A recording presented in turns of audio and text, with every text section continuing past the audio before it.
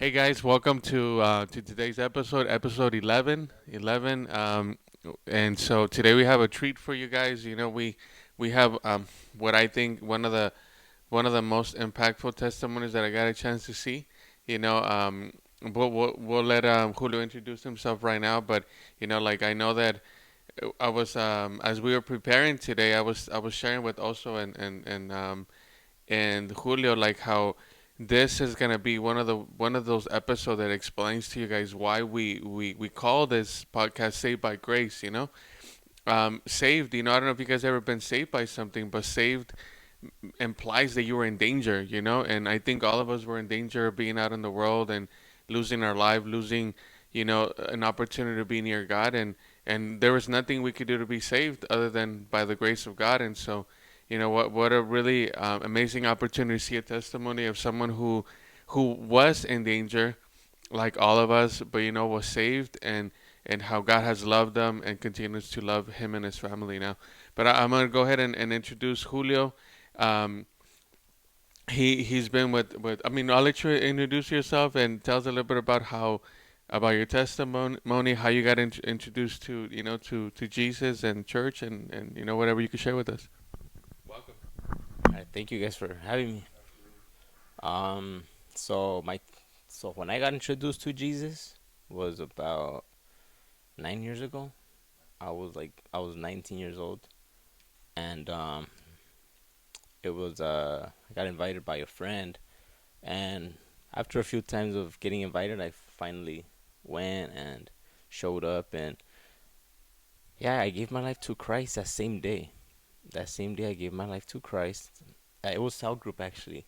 I got invited to cell group with Frank and Alba, and I didn't know anything about Christ, to be honest. I had no idea. I grew up Catholic, I guess you can say, and yeah, I forgot what the preaching was about, but I do remember that she did an altar call to give your life to Christ, and the preaching was so great that I was like, okay, like I have to give this a shot, even though I was all wrecked. You know what I mean? But I was like, this is something different. It feels good, so maybe I should give my life to Christ. And so I did it. From the bottom of my heart, though I didn't just do it. Like I believed everything she said, and so yeah, that day I gave my life to Christ, and yeah, but I mean, it was a roller coaster after that. A huge roller coaster, and I didn't really start really committing till maybe a year ago, a little less than that. But yeah. Awesome. I mean, we're gonna have to go back and forward now, but do you have something you want to? you know, but like we went to the same encounter, and I totally I forget about that. That me and you were at the same me and you were at the same encounter, and I remember you were sitting in the back. Like well, we only had two rows, but you were like in the corner. I just remember, and like from what I knew you, I didn't really know you because you were always the quiet one, and you know, but I'm proud to see your growth. Like I've seen you like be more open and speak up and just talk, and the way you're radical on Instagram for Jesus is just amazing. But I do want to ask, how did your life look like before Christ? So my life before Christ, man, taking it way back to when I was like 15. Um, oh, I mean, I was out in the streets, with my homies and um, trying to belong somewhere, and we used to be out in the hood and you know, uh, using drugs, getting drunk, using hard drugs too. My life before Christ, before going to the first preaching that I went to, which was Alba's, like, man, I was using heavy drugs before Jesus. I was using methamphetamine. Um, I started getting drunk at 14. I used to go to school drunk. I was lost. Like I was out in the streets at 3 in the morning, 15 years old, 3 in the morning, stealing cars. Um, just buying dope, selling dope. Um, just lost, being a drunk, uh, chasing after things that were just killing me. Things that were not beneficial. And all the way up until the age of uh 27. I'm 28 now. I was drinking. I drank for about 11, 12 years, 13 years. I don't know.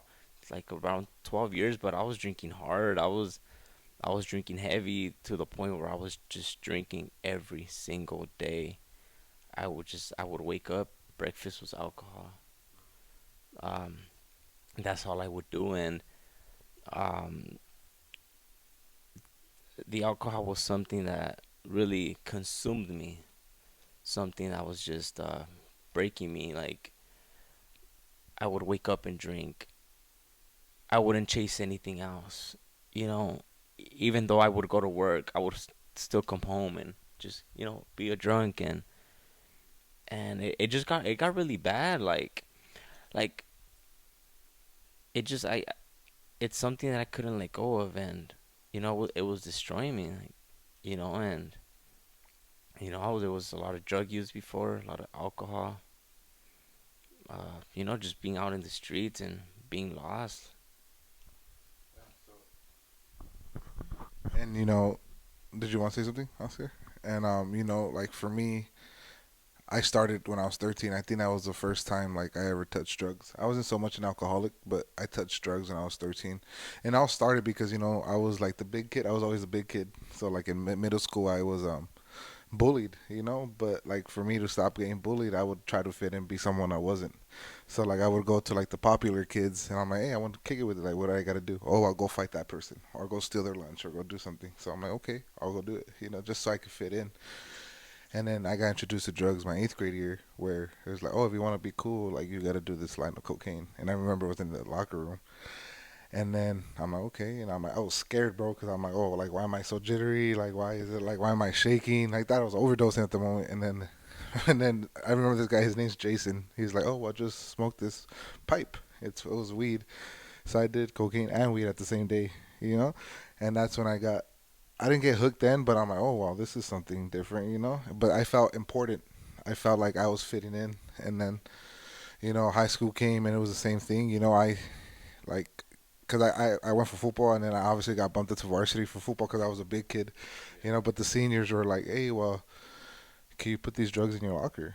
I was holding people's drugs in the locker and that's how I started selling, But like when we went to flyer parties, I remember also just like selling the balloons, It was like 'cause I was selling those and I really just did what I did because I was trying to fit in, And then I guess my usage, it didn't happen until like maybe like my 20s, because I was in this like toxic relationship, and I remember like whatever happened, what went down. I remember like I knew I had a problem, but I never admitted it. I'm like, oh, I'm just chilling. Like let me just drink. I'm chilling. I'm drinking. Like let me be. I didn't think it was a problem.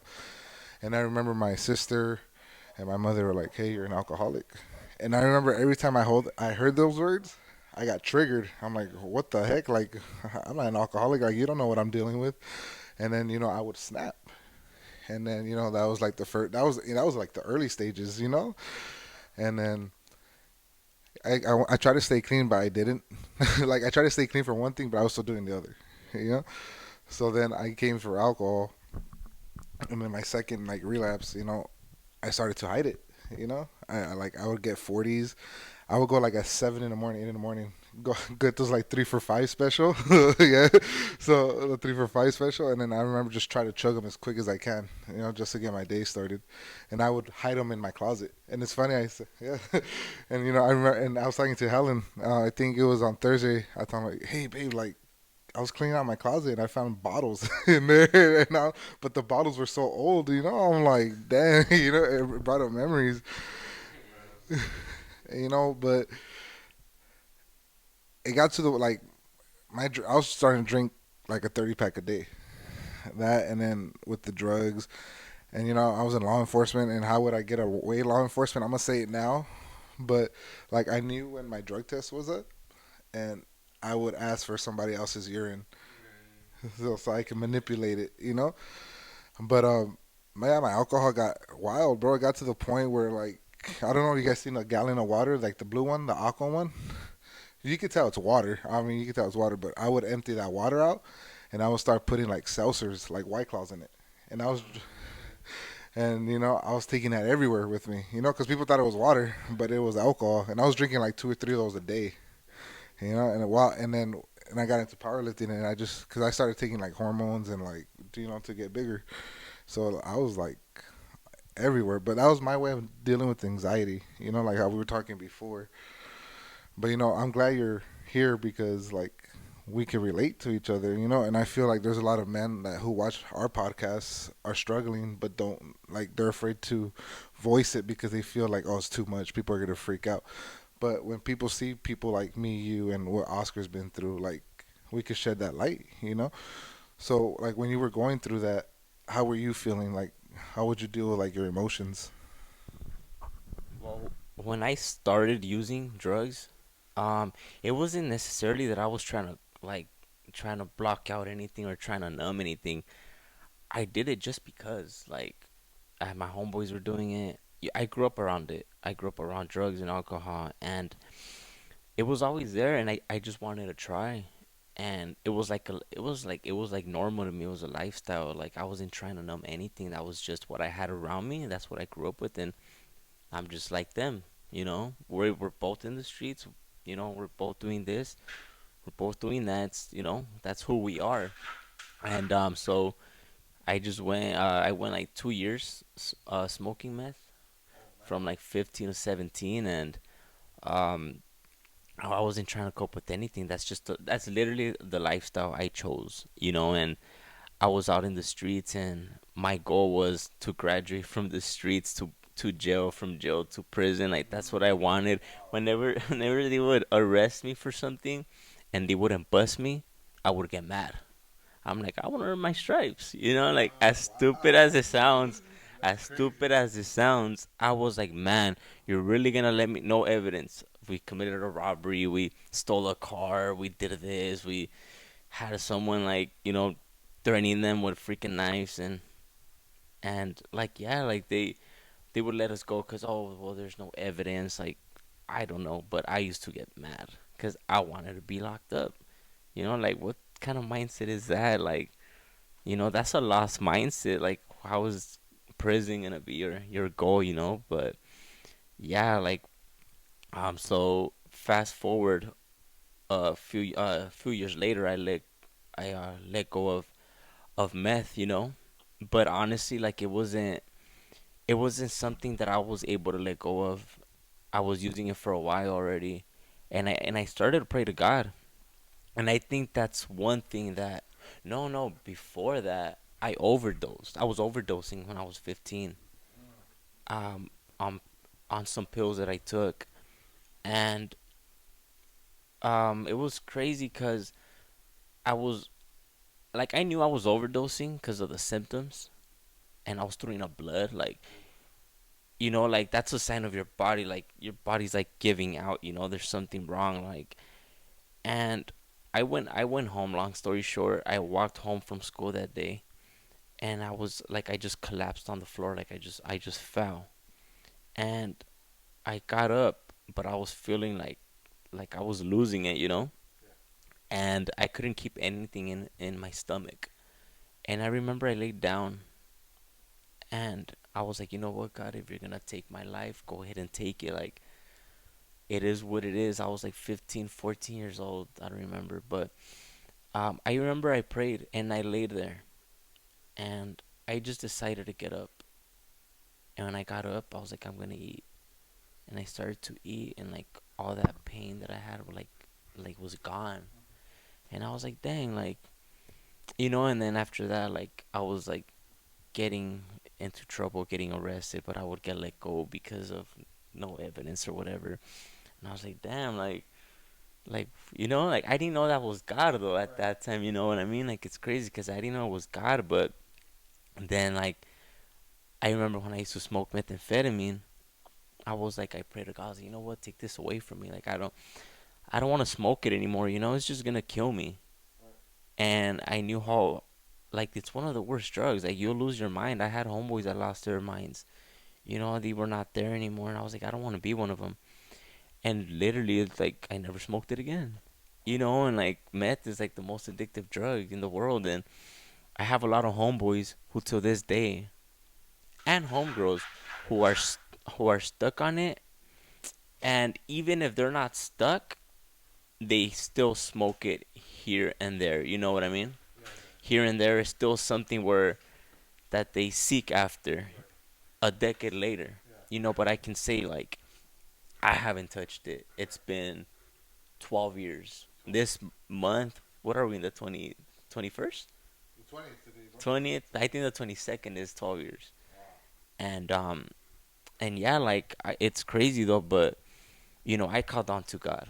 Like I asked these people if they've done the same, called on to God to like help them out. They're like, no, like no, like why they don't get it. They never tried it, and I did, and I know it helped me out. And I've been sober for 12 years from that. But now, like, fast forward to like, well, that whole time I've still been drinking though. I know God came through at that time, but I didn't have no faith. It was just like, okay, like whatever, He helped me, and life goes on. I didn't know that there could be a relationship. I didn't know that I could keep seeking Him.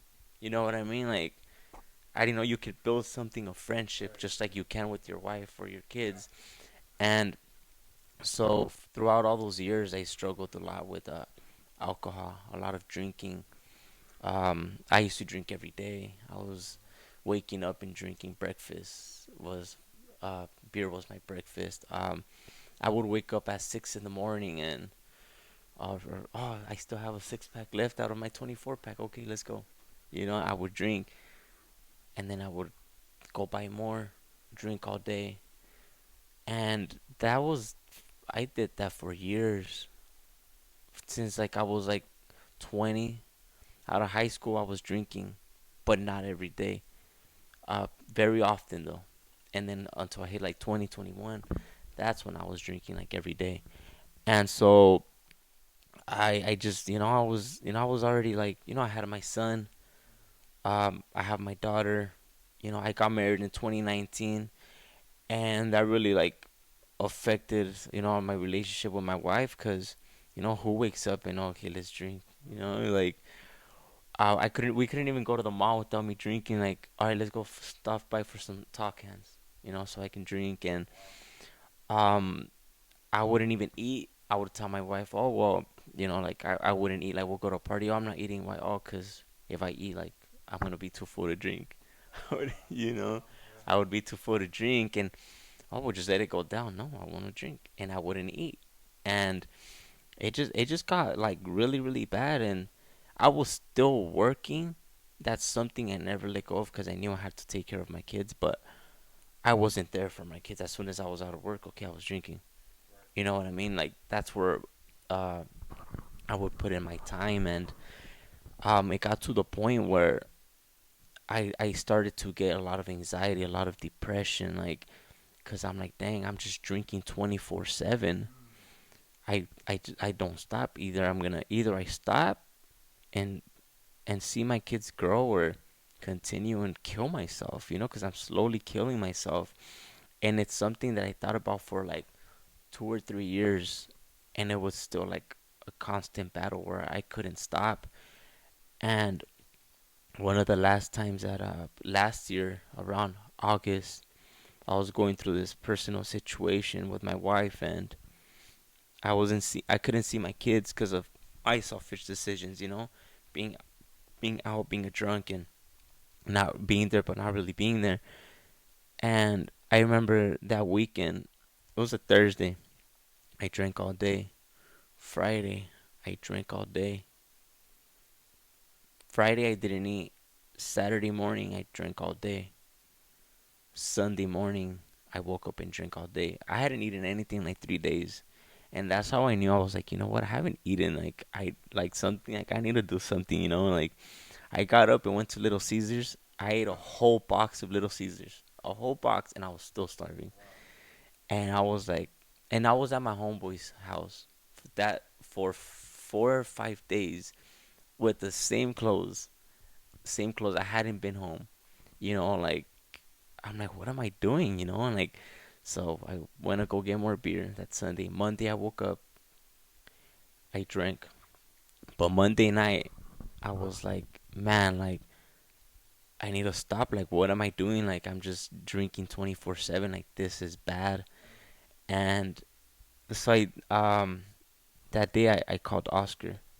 But before I called him, I prayed and I told God, you know what, help me. Like, I'm in so much darkness right now. Like, I need some light, and I was going through like a lot of anxiety and depression. But before I called him, I think like even a week before, like I had been drinking a lot, and I'm like, if like I'm not gonna watch my kids grow. Like I can't let go of this addiction. And I remember like wanting to kill myself. Like I really like I had thought about killing myself, but I never thought about it like I did that day. Like that day, like I was literally laying down in bed. Okay, how can I do it without it being painful? What pills can I take that will just take me out and I won't feel anything, And I started to look these things up. I was like, what if I hang myself? But then I was like, how can I hang myself at home? Like my parents are here, like, like where can I go do it? Like I really started to think about these things. And I was like, um, I went to the restroom. I got up from my bed and I went to the restroom. And I was like, okay, like, how am I gonna do it? I don't know why I went to the restroom, but I went to the restroom and I sat there and I was like, I started to think about my kids as I was thinking of ways like I can kill myself.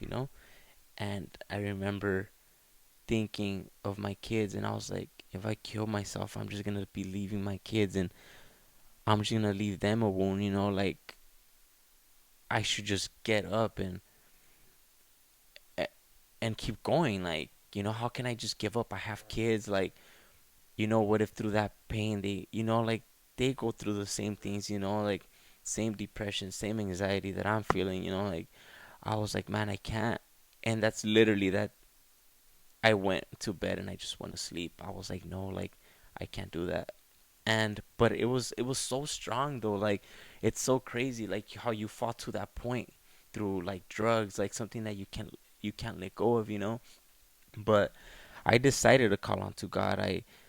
I prayed, and I remember that day that I prayed, I told him to take out the darkness and shed his light. Like, I need something different. I need something new. I need peace.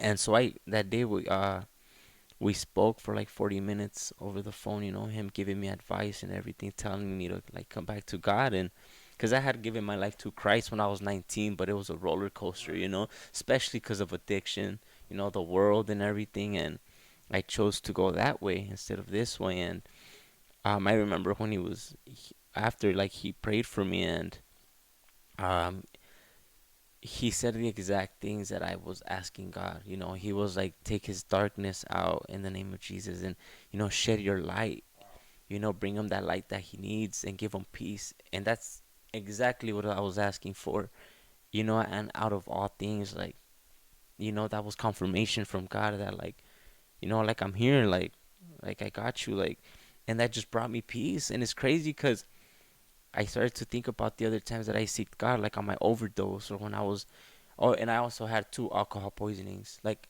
it was crazy. Like I was literally like going through like I was fading in and out of consciousness. I don't know how that works, but I was like blacking out and then I would come back, blacking out and I would come back, and that was crazy to me. And I remember laying down in bed. Well, before that, my wife was like, "You want to go to the hospital?" I was like, "Nah, they're gonna charge me too much to save my life." Like like I was like, nah, I'm good.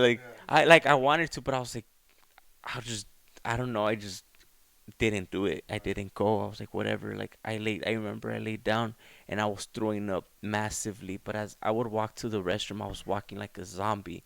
I was in so much pain, and I would start to black out that I was tilting to fall, but then I would come back. And um, I remember I went and laid down, and I had been throwing up for hours, and I was in so much pain. I remember laying down, and I was like, "You say in the name of Jesus, and you will do," like something like that, right? There's a Bible verse about that, and um, I remember laying down, and I put my hand over my stomach, and I was like, "In the name of Jesus, like, like take this pain away." And sure, like I started to get like really really tired, and I started to close my eyes. And as I was doing that, like when your foot goes numb and you can feel it like going away little by little. That's how I felt my pain decreasing little by little. But I can feel it. It's like a 10, 9, 8, like, and then I knocked out right at that moment. And I woke up. I had no pain.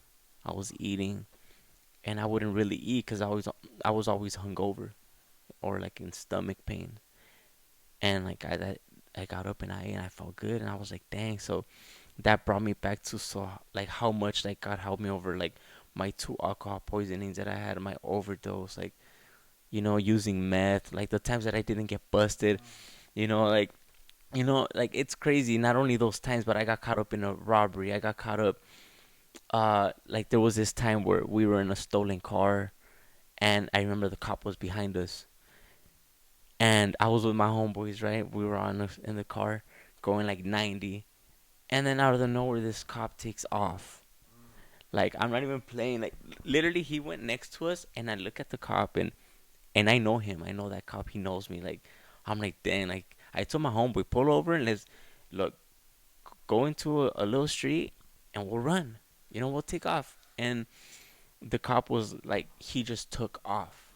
I don't know what happened. I don't know if there was, maybe he got called for something worse, a shooting, and he had to take off. I don't know, but I remember when he left, I was like, where are you going? Like, you just caught us right now. Like, what are you doing? And it was crazy. But I was like, all right. And I used to call myself slick. I called myself, man, I'm slick. Like, ain't nobody can catch me, you know.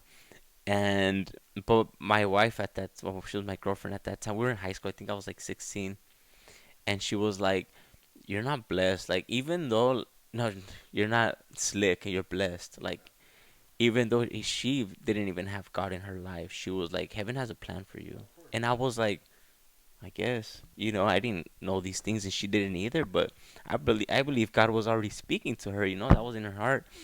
And I remember like other times when um Can I ask you a question yeah, yeah, about for that sure. real quick? Before we go more with Julio, like obviously like I see how he's glowing now, right? Like I see like how like happy he looks, and like when he talks about what he's doing right now, I can't see that, and I'm like, look at Julio, like the glory of God saved him, right? How was it, like, how can you explain his transformation to us? I mean, you probably know him quote more than any of us. Like, how's the process been, like, discipling him and being a spiritual father? Like, I'm curious, since we're on that before we go on. Yeah. So I mean, I known Julio for a while. Um, I've been so blessed just to be able to see God's work in him. Like when he told me those stories, I think we went to Big Bear, remember, and he was telling me all these times he almost got caught and all these things he did and like honestly, like it's God's love, for him and God's like he didn't see it at that time even when we went, but like he didn't do anything at all to deserve the grace. Like honestly, like he doesn't even know how to explain that the cops left him. Like that's grace, dude, and like I remember he used to we used to go to Frank and Alba's cell group together, and Karen and I started on our cell group, and Alba, and Frank in their abundance, they entrusted us with a few people to come in cell group. They had so many people at the house. I don't know if you remember. So when we opened up our cell group, Sabrina and Julio started coming here, and they weren't necessarily like our disciples or anything like that. They were just friends that were coming to church. They were receiving here.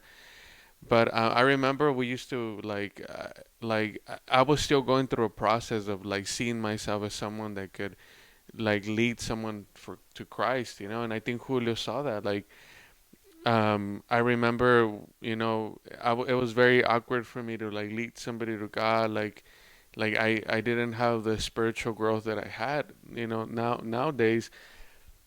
I was still going through a process just like he was, just because we started a cell group didn't mean that it was it, like I had grown, like, And I think when at that time I just wanted to be his friend, you know. I was just trying to relate to him. We would play FIFA. That was my way of relating to him.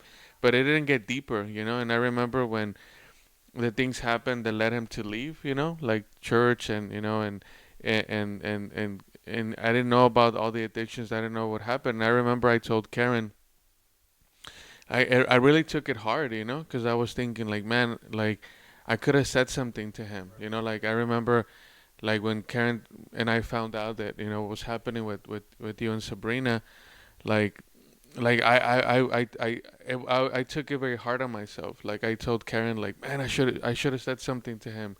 I should have been there for him. I should have like reached out, you know.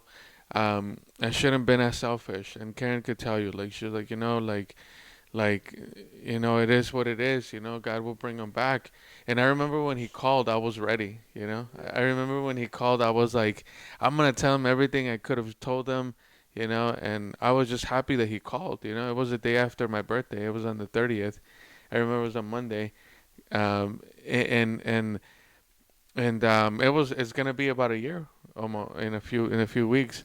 And I remember he called, and I was just like, he texted me first, and then you know, we ended up talking, and I was like, I'm ready, dude. Like, I'm everything I could have told you back then. I'm gonna tell you now, but I think it's all God, you know. Like, God, I wasn't ready at that time to to be that you know that example, you know. And I was going through a process, just like he was going through a process of finding God. I was in a process of being a spiritual leader, you know, or someone that could be a spiritual leader to him. But ever since then, you know, like you know, I love how he said it's a roller coaster, how it has been a roller coaster, you know.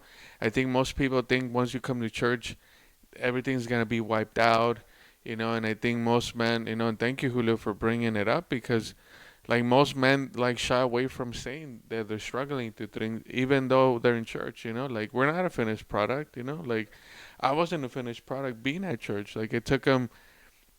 I mean, granted, he you know he found God at the age of what 14, 15. Like if you think back when you're that young, like you have to know God has something for you, because he's trying to save you, such an early age, you know. Because you could have easily gotten lost, and all that God is gonna do, like the attack was so heavy on you. That was the way I see it when I hear your story, was because you're a bigger threat, you know, to the enemy, and he was trying to annihilate you, you know, in any way, shape, or form. But God, like God was there with you, you know, like protecting you, and like I think about how when you came to your senses, you know, like in you know on Luke 15, on the story of the lost son, it says that the son came to his senses, you know. And when you came back to your senses on back last year, it was still somewhat of a roller coaster, but the highs were not that high and the lows were not that low. You know, it was like a slow roller coaster, like not like Ghost Rider. I don't know another roller coaster that's not as crazy. You know, but it was like a slow one. You know, the ones from the fair. You know, but I think even through those moments, like we seen God's grace in your life. You know, we seen how much He loves you. We seen how much He has in store for you. And I think if you ask me about the process, like I think about encounter. Like those 3 days of encounter were a reflection of his like I don't know if you remember, you showed up on Friday and you were a little bit like you showed up a little late, you know. I even thought like I was in the middle of the talk and I'm thinking, oh, this dude ain't gonna come, you know, like, and I had prepared that preaching because of you. Like I don't know if you remember, but a few days back, something had happened and you called me and I gave you a little glimpse of that word about fighting for your blessing, you know. And I gave you a little bit of it, and then I developed, you know, into the talk that I gave. But like most of it, I was like, Julio already heard some of this, you know. But like he came a little late even after the encounter. He's like, I ain't giving away my phone, you know. Like I can't. I have to study, you know. I don't know if you remember, but I was thinking like that's his way of like of not giving, you know, like not giving it all, you know, at the beginning. But you know, you saw after he gave it, dude, he was all in, you know. and like, and now to see, I see him now. I like to see him at, like a creep as he's worshiping with his daughter, um, and loving his daughter. I think the other time I saw you playing with her like and worshiping, and I was thinking his daughter and his kids are gonna have a different life. Like they get a chance to see a different. Their experience of being a daughter and a son is gonna be so much different, and I thank God for that.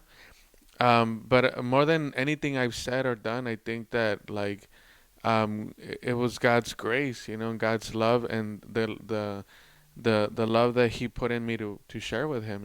And so, I know, Julio, you think about like there's a lot of things, that God has done in your life, like I think about the this last year, has been definitely like so much different. You went through a whole process to get here, but like now that you look back, like and you gave your life to Christ 10 years ago, or you said about 11 years ago.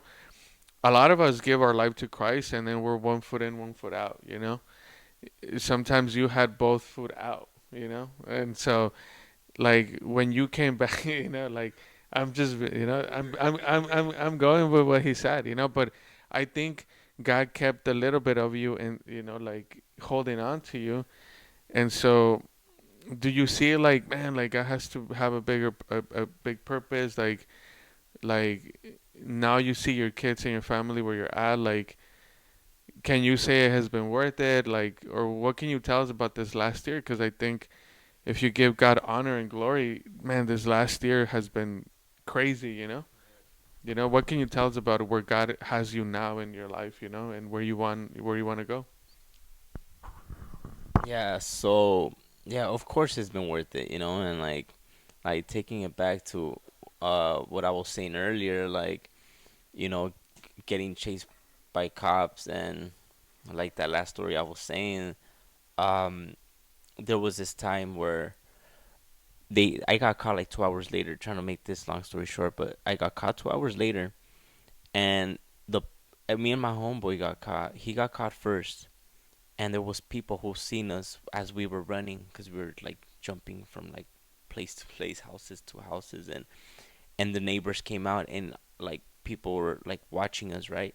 And so when they got my homeboy, they they're like, oh yeah, he was wearing this and this. So they took him in. They're like, okay, yeah, this is a suspect. When they got me 2 hours later, miles away, uh they they try to go back, oh, like, was it this guy? Oh, I wouldn't remember how he looks like. And I was like, dang, so my boy went in alone. And I was like, but to uh but it's like, it's crazy how, that's God's grace, like that's God, like having a bigger purpose. He had a plan like the whole time, for a reason he didn't allow me to get caught, like for a reason he didn't let me die on that overdose, for a reason, like, like I'm not in addiction, like, I called on to him, and he helped me out, and it's been, it's been different now that, like, my eyes have been opened. I was so blind, like it of it's worth it, saying yes to God, His grace. It's crazy because I did all of these things, I had already given my life to Christ, and I still did these things, and He still pulled me out. I did 1,000 bad things, thousands, and then I call on to Him once, and He pulls me out. Like, He's not like, well, you did all this, like, you need to make up for all of that. You call on to Him one time, and He pulls you out, and it's so, like, it's so worth it walking with God. Like now, with my family, like with my kids, I have such a different relationship with them. Like, I don't wake up hungover every weekend or every day now. Like, I wake up, I'm up in the morning, ready. What do you guys want for breakfast? Like things that I wouldn't do before because I was too busy being a drunk. And it's beautiful, like, to be able to just focus on my kids, like, even my wife, like, treating her different, being different, not being selfish, because I was very selfish, putting everything else first, my needs. Julio's tired from work, he wants to drink, like, we're all tired, I need to I acknowledge my wife too, you know, like, and it's been, you know, like taking this step and, you know, like coming back to my senses. It's been the best thing I've ever done, you know, like my kids need me and I can't let them grow up the same way I did. Yeah. I'll ask you a question also, but before I do, like I do wanna, when we're talking about this, I think Julio's like on Luke 15 it talks about the lost sheep, and we're, it calls Jesus says he's a good shepherd, and back in those days I was talking also before the podcast about how the reason why Jesus talked about being a shepherd is because we're all sheep. We all go and like sheep get lost. If you've seen sheep are like the dumbest, creatures when they're young, and not to say that you were dumb or anything like that, but all of us went and got lost, and and and it says on the parable of the lost sheep that that he leaves 99 sheep to go ahead and save that one, and he rejoices in heaven. I think Pastor One was sharing with us that when a sheep gets lost and the shepherd goes out to find them, when he finds them, he sits them down and he breaks their legs, their ankles. And the reason he does that is because, and it's an example how the reason why Jesus used that example is because we need to be broken. Like sometimes he needs to break the path we're going in order for us to keep walking there. And I think when you called, you were 5 days. I didn't know you hadn't eaten in 3 days, but you were like you were broken. Like I believe before you even called me, like Jesus was there with you, breaking you and breaking your ankles so you couldn't get yourself into a deeper hole, and like and the reason why I think I love the way that our church is because look, the, and not that if it wasn't for me or if it wasn't, it was for the discipleship process that pastors has shown us that look, it talks in the Bible how, I mean, Pastor Arne was sharing with us that when a sheep their legs are broken, they can't walk. So the only way for them to be saved is if the shepherd picks them up and carries them. So that means that he has to carry more weight. That means that he has to go and feed them because they can't feed themselves. So that means that wherever he goes and and and is hurting the other sheep, he has to go and carry the sheep. That means he has to have more heat on his shoulders because the sheeps have that, like, what is it called, wool. And so imagine walking with the heat, that smell. So it always says that like the shepherds smell like sheep, because they were carrying something, and I think something. And I smelled like Julio, for the last year because I've been carrying. I'm just playing. You smelled it. You smelled it. You smelled it. But like I think, yeah, but I think we smell like Jesus now. Like I think I see him now with his kids, and I see him carrying them. And I seen that you also want to have like I don't know if after I asked um um also I want to call you Alex because Helen said not to call you also anymore. Um, I don't know if you could tell us a little bit about how your walk has changed now. You're dreaming about a different relationship with God other than just Him saving you and calling on the name of Jesus for healing of your drunk stomach.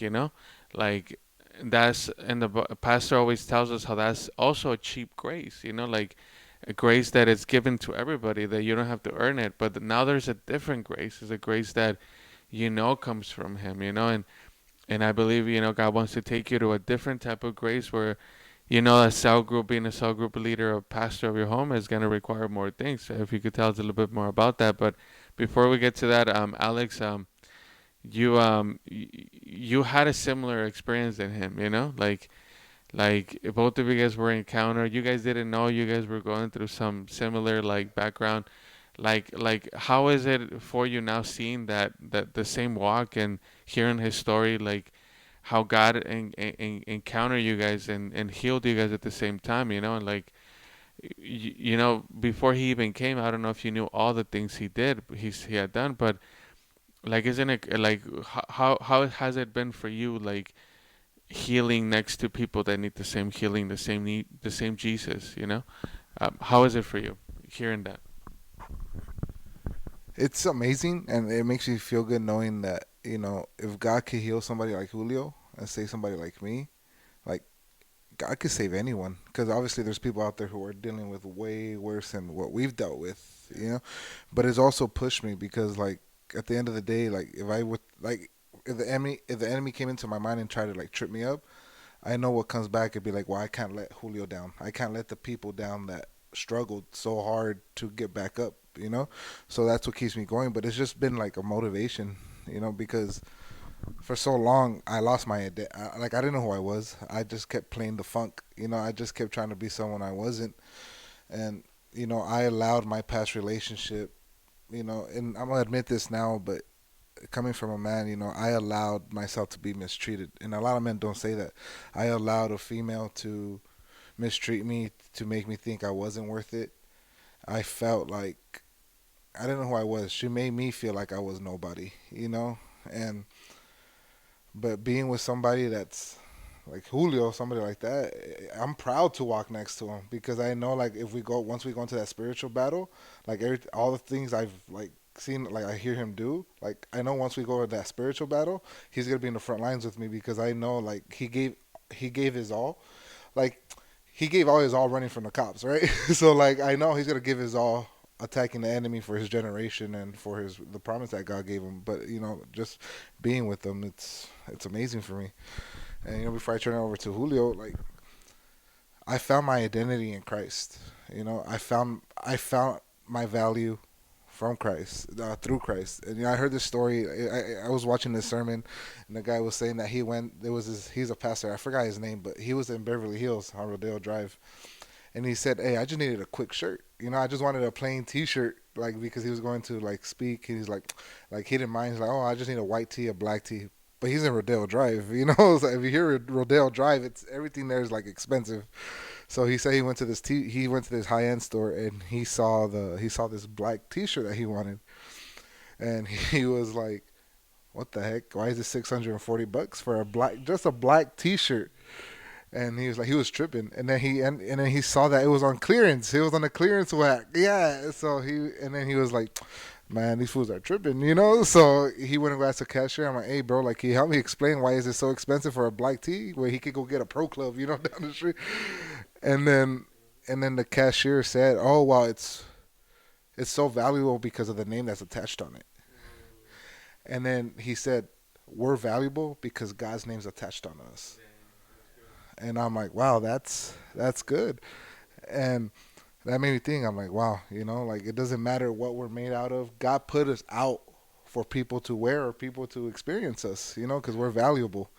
And like what you said earlier, before I give you the mic, a lot of people don't recognize this, but hell, the enemy has an assignment against you. But when that comes, God has an assignment for you, and that assignment is not going to be fulfilled until you believe it's going to be fulfilled. And hell's the same way with the enemy. He wants his assignment against you to be fulfilled. So like you're doing a great job fulfilling the assignment God has for you. I'm proud of you, brother. Like it's an honor walking with you, call you my brother of Christ, and keep going, bro. But let's go back to what Oscar had asked you. So what'd you ask?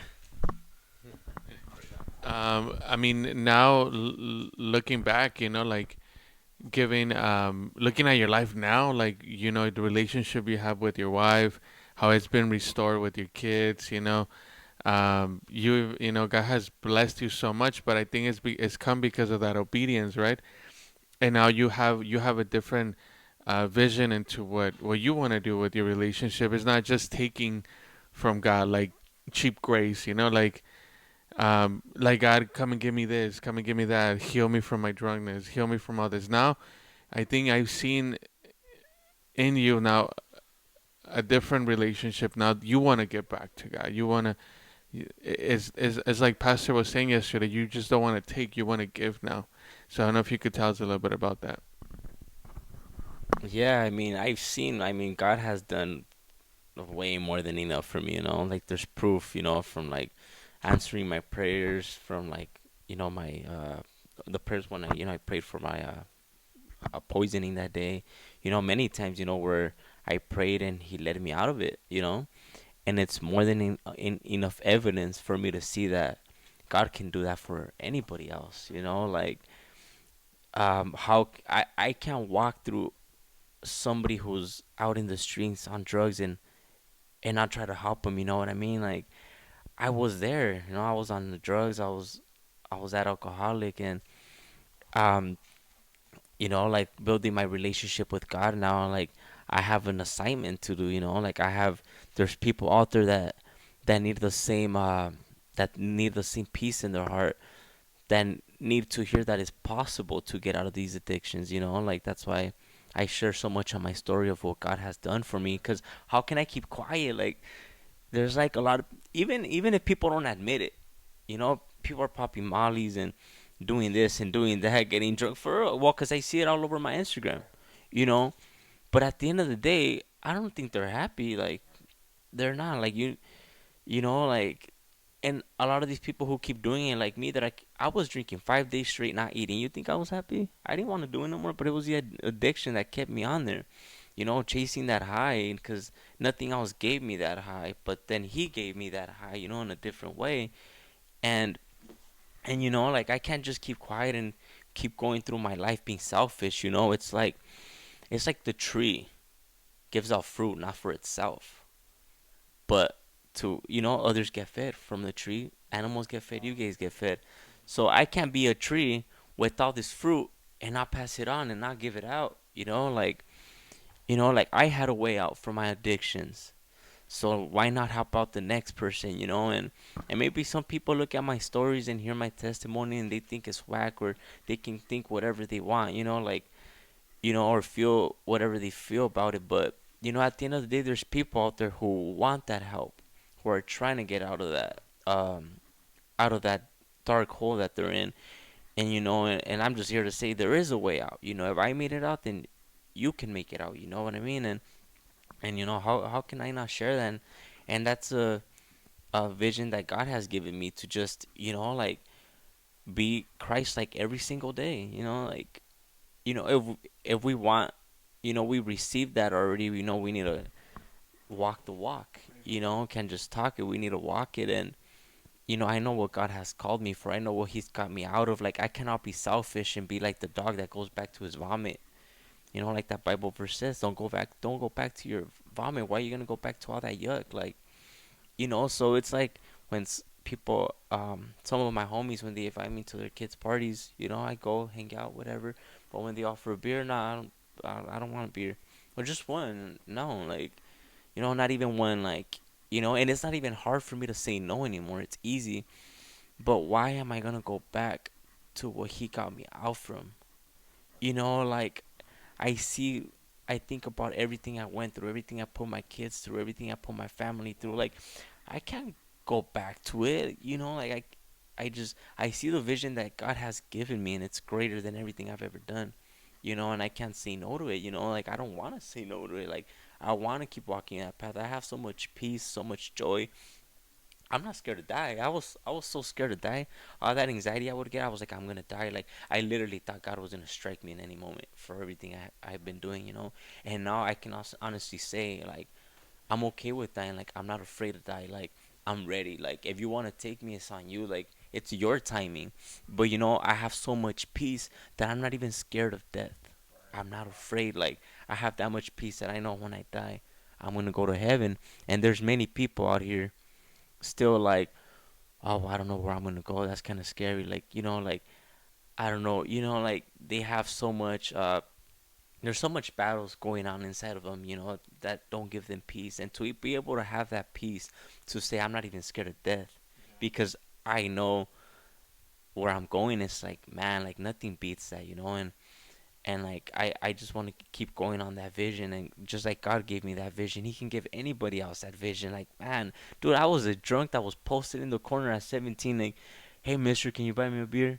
You know what I mean? Like, with my long socks, just banged out like in the streets, like that hoodlum that my teachers would tell me I was gonna be in prison when I was in school. Imagine the death that they were feeding me, like things that they were feeding me, like telling me, "Oh, you're gonna be in prison when after high school, you're not gonna make it."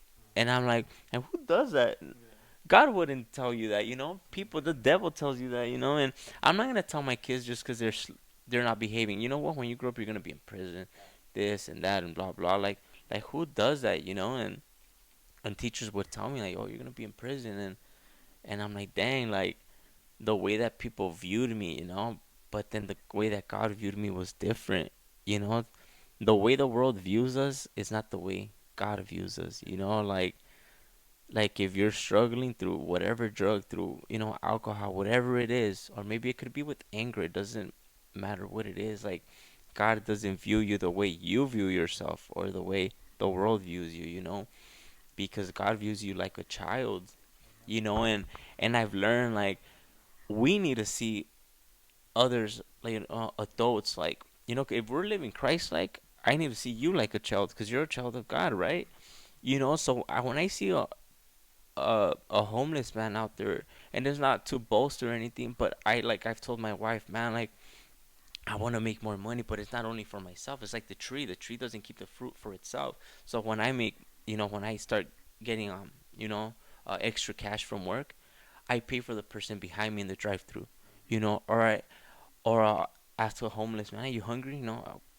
I buy him food, but it's like you can't look at these people and just turn away and look at them like they're less just because they're, like, how are you gonna, you're a human too. You don't know what they're going through. So just like that teacher told me, you're gonna be in prison when you grow older. Like, I'm, how are you viewing me like that? So I can't view other people like that. I got Christ in me.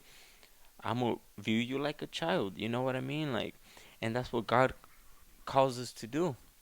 And to be Christ-like. So I have that vision, and God can do that for anybody else. And I eventually do wanna.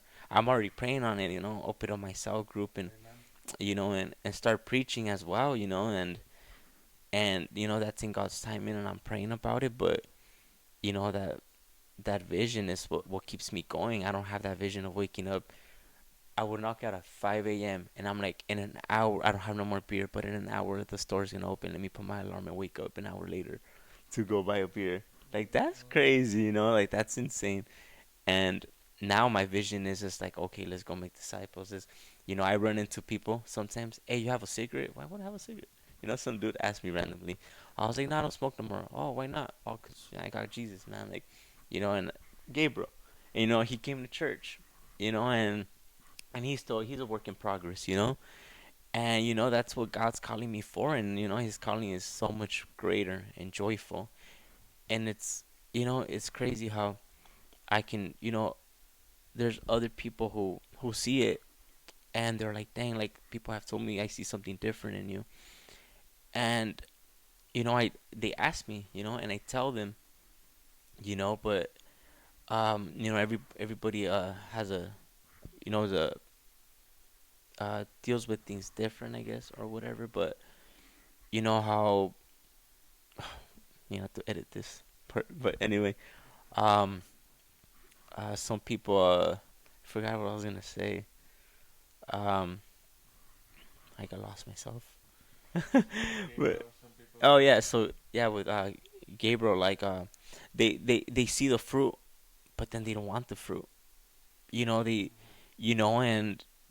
and it is, you see how much, you see where my life was, and it sucked, and I was an alcoholic, and how bad, like my relationship was with my kids, and and then other people that have kids, they see that, and they see the fruit of me, they see where I was and where I'm at now, and they keep going, they know what the fruit of that is gonna be.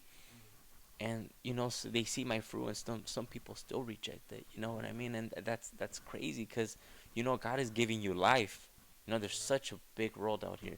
God is, can lead you to somewhere better, and but it's on you. I chose, and I chose life. I chose God. As you were talking, I think God, what God wants to and has been speaking to us through your life is that, and not to give up on people. I remember people have a process. It might be a longer process. I mean, I think your process was longer was because you found God earlier than us. Like at 14, I started drinking. I started going and partying. But I hadn't found God yet. Or else my process would have been longer too. Um, but I think when you came into our lives, one thing that Julio's and Sabrina's testimony has taught me, and Karen has blessed us, is that these are two people that allow themselves to be discipled. That were coachable, that didn't hide stuff. That, like, yeah, it took a process, and we built like a relationship of it. But even though they had been discipled before, even though they had gone through church before, they seek for counsel in a time when and I thank God when Karen and I met them, and God allowed us to walk with them with this process, that you know Karen and I were just loving to them. We were just like, we didn't try to be like anything other than just here for you guys. Like, yeah, there was times when that was a little tough. But I think God has been showing us that you know if you're still here, it means that God still wants to do something with you. And whether your process has been short or long, I think sometimes we get, as leaders, sometimes at church, or we think that the fruit should come, like Julio said, right away. And you think like it takes time for good fruit to get, for you to have good fruit. Like avocados takes 15 years to give good avocados.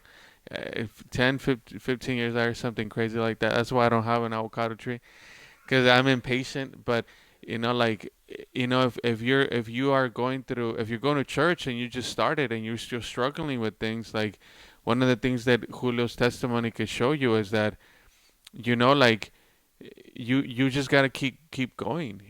Like, I think Julio's testimony changed us in the way we were leading people, is that we were invested in them. We were invested in praying with them, and we saw their victory as God's victory. And we saw their loss as God's loss for the kingdom.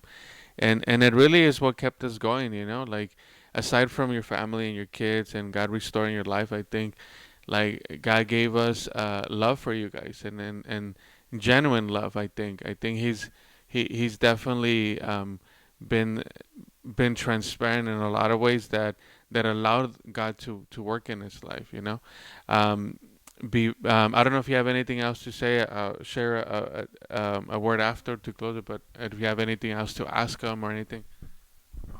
Yeah, bro. I just have one more question. Obviously, like you were able to turn your pain into purpose, right? You're able to, and a lot. I think like you were saying that there's people. Obviously, your friend Gabriel. There's work in progress. Like I still have like 6 guys that I'm still working on myself, and I've always asked the question like, why is it taking like, why don't they get it? And the more like I get connected and rooted to Christ, these men have never had someone to care for them, and when they did, they were let down. So I think a lot of these men that were trying to consolidate and win, they have those thoughts. I'm like, well, he ain't that serious, he's just like he's this and that. So I think what walking with Christ and allowing me to evolve in Christ has taught me is, love them, be that shepherd that Jesus told Peter right in the great, what is it, the great commission. If you love me, tend to my sheep. And there's a reason why people like us, we made it out.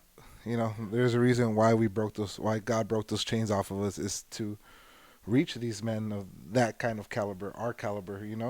And I mean, it took me a while to show like love and affectionate, because I'm like, oh, stop, it was taken away from me, so I didn't know how to love, I didn't know how to care. But I think God healed us for a reason, and we didn't give up. God just revived us. And a lot of people don't see, but in the Bible, like the prophet Elijah, like he had suicidal thoughts because he was pushed to pain. Noah was pushed to drink alcohol.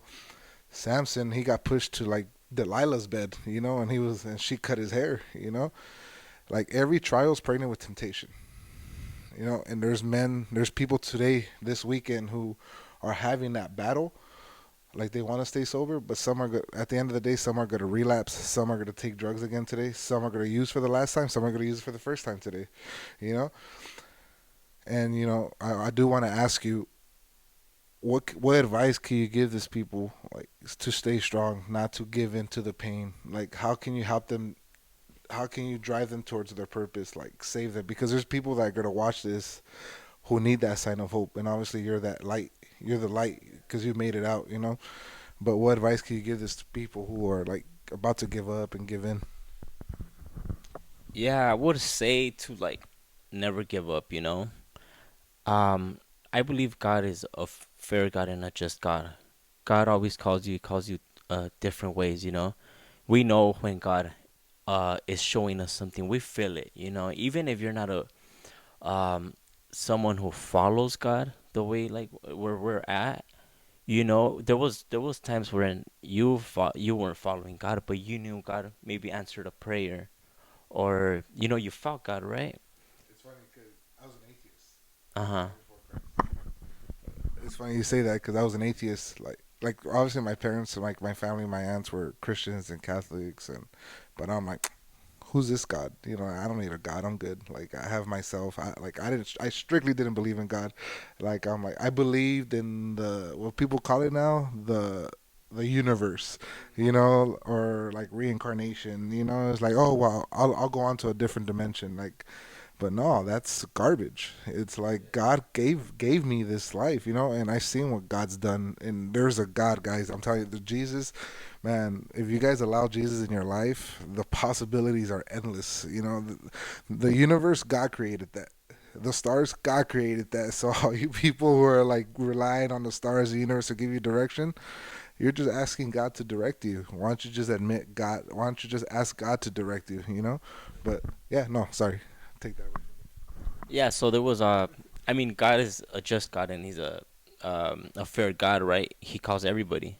We know when God is calling us, and I would just say to the people that that are struggling through something, and whatever it is, like, to listen to that feeling, to listen to that voice, to keep going, like prayer, it's important, like, or He will break your ankles, like, not literally, but spiritually, He'll let you fall to, like, don't fall to a point where you're like me, you're not even eating to drink, you're not spending time with your kids, you're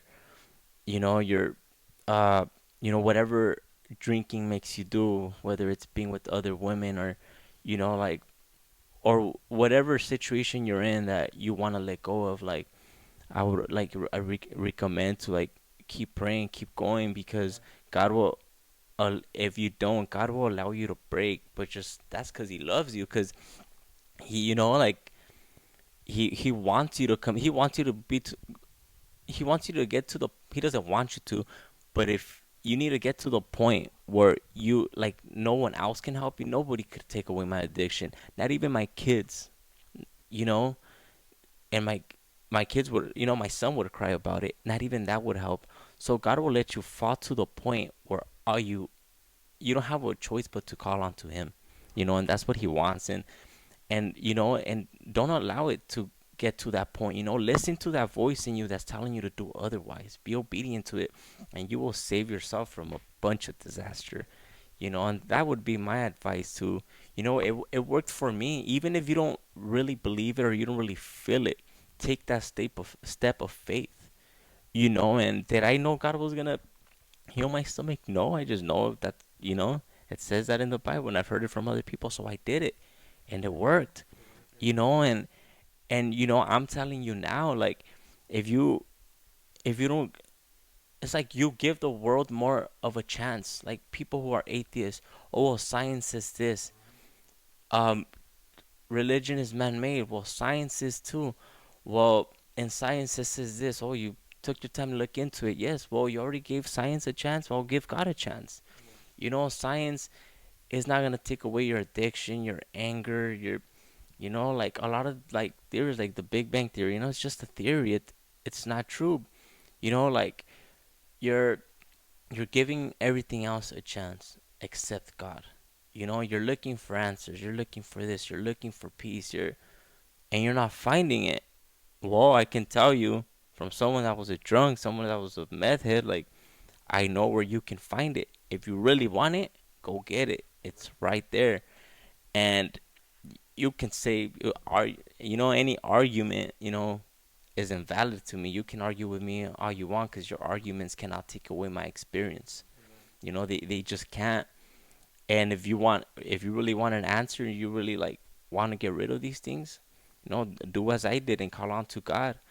And it was a process for me too, but it wasn't like I you know I wanted a drink, so I would pray. Okay, I would pray and put some worship music, whatever. But then 10 minutes later, I would get that feeling again. You're not gonna just give up. You keep fighting. So I had to go back into prayer, and constantly I still do that throughout my day. But my battles are not the same. I have different battles, and you build that relationship with God, and that connection is just, once God starts giving you that peace, it's you just can't let go of it, you know. So I would advise you to like start that relationship with God, just like you have to start relationship with others. It works that same way, and that would be my advice. This little piece, but I did wanted to ask you because I think that's one of the things that recently, you've still struggled with things, right? All of us struggle with things, but you said something right now that your fights are different. Like when you have these thoughts like of drinking and things like that, it's because it was a habit, right, of doing things, right? But now you fight differently. You put in worship. You put in like you spend time with your kids. You neutralize that attack, right? Um, like how has that been? Like, can you tell us a little bit about how? Yeah, for those people that are saying, but how can I let go of drinking? When it's been so much part of me. Just by going to church, stepping into church is not gonna cure it. Like like when you made that decision and you were fighting different, what did you do like to neutralize those attacks? Because the attacks still come. There's not like they're not there anymore. And they will continue to be there. Like so, how are you going to how can you what can you tell someone that is listening to this? Say, yeah, Julio, that's good. Julio's awesome, but what can I do to when these thoughts of going, to 7-Eleven and getting a 12 pack, and me not doing it, It's breaking those bad habits and turning those bad habits into good habits. Like I said, like going to prayer, like you have to fight. I mean, I thought about a lot of things. I thought about like, okay, if I don't stop drinking, I'm gonna, yeah, I'm gonna kill myself, and like I'm not gonna see my kids grow. And maybe you don't have kids, but you have parents. Like you still have a purpose. Fight for your purpose. Like there's greater things out there. There's so much life out there. There's so much. It's like you need to get out of that little box that you're in, like, and start having a vision and start seeing more. Because if you don't have a vision, then you're gonna be stuck. You can't. I don't think you can keep going without a vision. You need to have a purpose. And like I said, like answering that calling and uh being in prayer, that like it really helps a lot. Those habits, like they we change them through fighting.